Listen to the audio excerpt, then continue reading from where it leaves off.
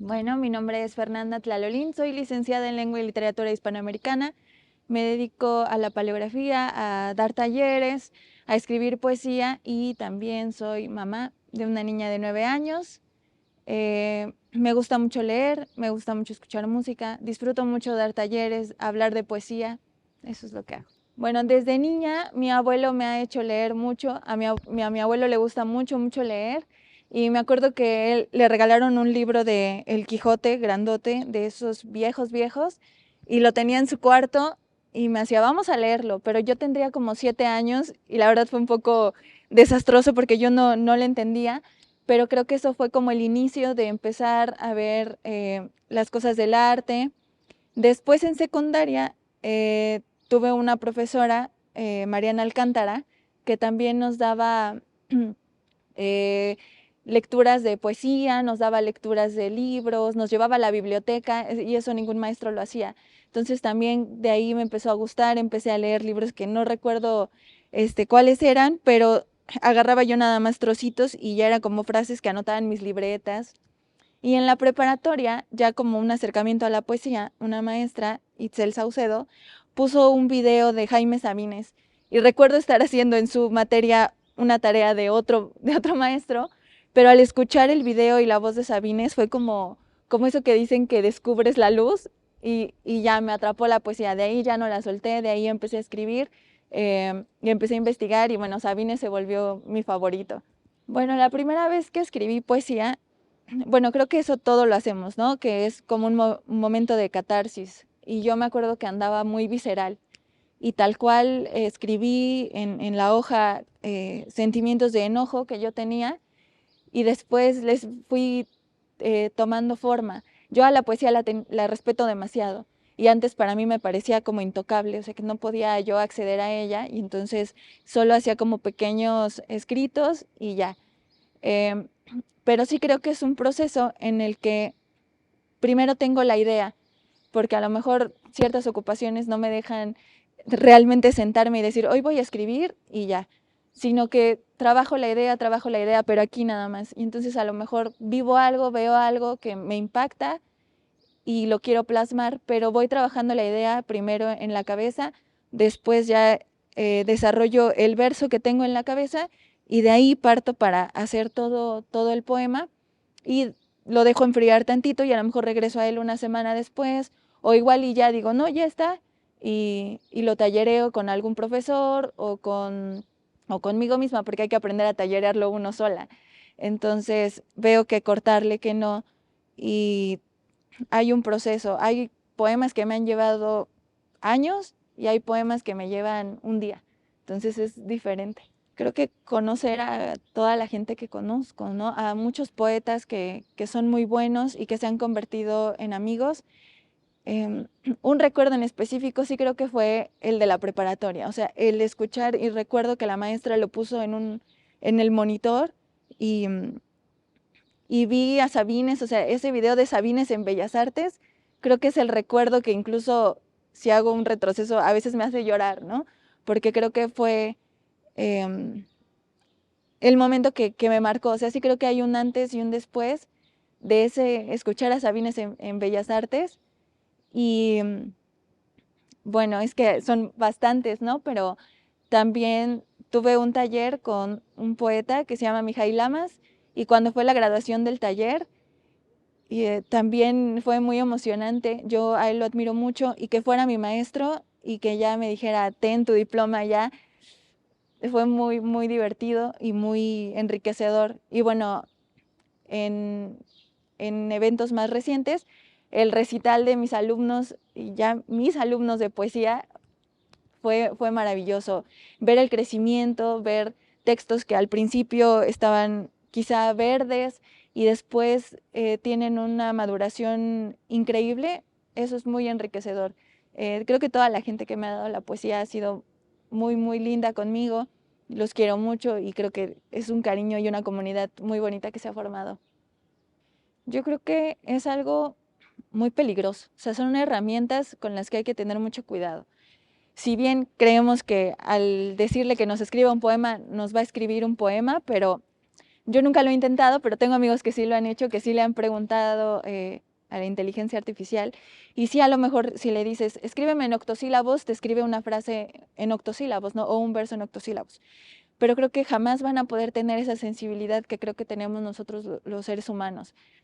Y creo que la tecnología nos puede servir para muchas cosas. Por ejemplo, las redes sociales que nos sirven para compartir poemas o que nos sirven para que nuestro trabajo llegue más lejos, pero también se presta a que mucho contenido que no es precisamente literatura se esparza por muchos lados y la gente lo tome como literatura solo porque lo ve en internet.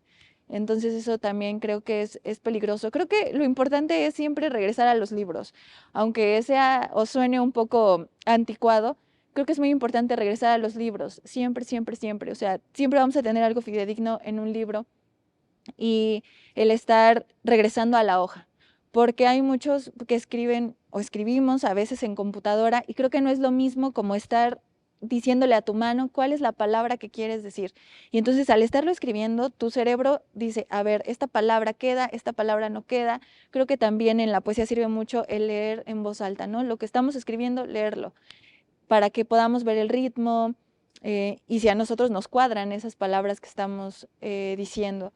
Pero sí creo que es como un balance peligroso. Creo que nos sirvió mucho en pandemia también para poder compartir con gente que no podíamos ver, pero a veces también el perder el contacto humano creo que es algo muy, muy arriesgado. Publicar. O sea, creo que em, publicar un poemario más serio em, y eso, ¿no? Muchos, o he platicado que, ay, los concursos de poesía, claro, es muy importante. Y yo como que primero anhelaba un concurso. Después platicando con otro maestro, me decía, es que para un concurso a veces hay que cortar un poco la creatividad y darle lo que el jurado quiere. Y quizá para un primer poemario serio es como complicado, ¿no? Estar podando a cada rato. Y creo que sí corta un poco lo que nosotros queremos decir. Entonces creo que lo primero sería publicar, porque el compartir el conocimiento ya lo estoy haciendo, entonces creo que eso ya más bien es como un sueño logrado, el poder crear una comunidad y poder hacer amigos en la poesía, poder ya a veces codearme con gente que yo admiraba y, bueno, admiro, pero que veía yo muy inalcanzable, pues son sueños que se han ido volviendo realidad. Entonces ahorita como proyecto quisiera tener un poemario y bueno, ya veremos después. Yo creo que las técnicas no hacen el poema, pero nos ayudan a llegar a él. Entonces cuando uno aprende, a veces es complicado. Eh, Mijail nos decía, es que aprenden esto, pero no lo intenten replicar en sus poemas. Y entonces yo pensaba, bueno, entonces nos enseñan esto como para no replicarlo, como para no obsesionarnos, pero al final te terminas obsesionando con la técnica. Yo creo que es muy importante, y les digo a mis alumnos, escribir. O sea, siempre les digo que nadie les diga que no pueden ser poetas, ¿no? O sea, que nadie les diga, tú jamás vas a poder ser poeta o tú no eres poeta, sino que están escribiendo y a lo mejor ya de ese escrito o de ese poema podemos rescatar a lo mejor, y puede ser todo el poema o incluso partes que nos pueden ayudar a llegar a un mejor poema, ¿no? Entonces creo que es muy importante conocer la técnica, pero al momento de nuestra creatividad soltarla. O sea, creo que en realidad quienes estamos más obsesionados son los que hacemos crítica a veces, ¿no? O reseñas de poemarios. Pero para la creación eso se nos tiene que olvidar. O sea, se nos tiene que olvidar las figuras de pensamiento, las figuras de dicción, que si esta, incluso la ortografía, ¿no? Porque a veces se obsesionan mucho con que es que esta palabra tiene faltas. No, o sea, el momento de la creatividad, creo yo, soltar. Primero la idea que tienes, soltarla en el papel, olvidarte de la técnica, que incluso puede ser difícil, pero ahí sí conectar más con el sentimiento que con lo que tenemos aquí de razón. Quizá ya cuando terminas el texto, ya lo evalúas y a lo mejor dices, chino, ¿qué fue lo que escribí? Pero siempre, siempre va a haber algo rescatable y bien mágico. Y creo que en la poesía la poesía se va transformando, ¿no? Ya no escribimos igual que escribía a lo mejor Octavio Paz, ¿no? O ya no es nuestro referente, o incluso Sabines, ¿no? Ahorita ya hay muchos poetas que están haciendo muchas cosas muy interesantes y a veces creo que primero analizan el sentimiento o la idea que quisieron poner y ya después revisan la técnica. Soy coordinadora de La Poesía de Enfrente, es un círculo de lectura y una clínica de escritura dedicada totalmente a la poesía. Y estaría muy bien que se animaran a ir. Nos reunimos los viernes a las 5. Ahora tenemos un nuevo lugar que es el Expendio de Café. Está en el centro, ahí junto al Coco y el Alacrán. A veces nos relacionamos con gente que nos dice que no podemos o que ya maduremos, porque es como muy normal en el arte, ¿no? Que nos digan, ay, ya madura, ya esto ya no es. O de qué vas a vivir, o qué le vas a dejar a tus hijos, los que tenemos hijos.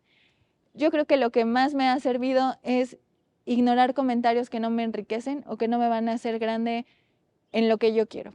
Porque a lo mejor otras personas me pueden dar buenos comentarios sobre otras cosas, sobre otros temas, sobre otros lugares, pero si yo no me siento cómoda, creo que lo importante es como dejar, solo recibir los comentarios que nos van a aportar en lo que nosotros estamos enfocados y siempre ser bien testarudos.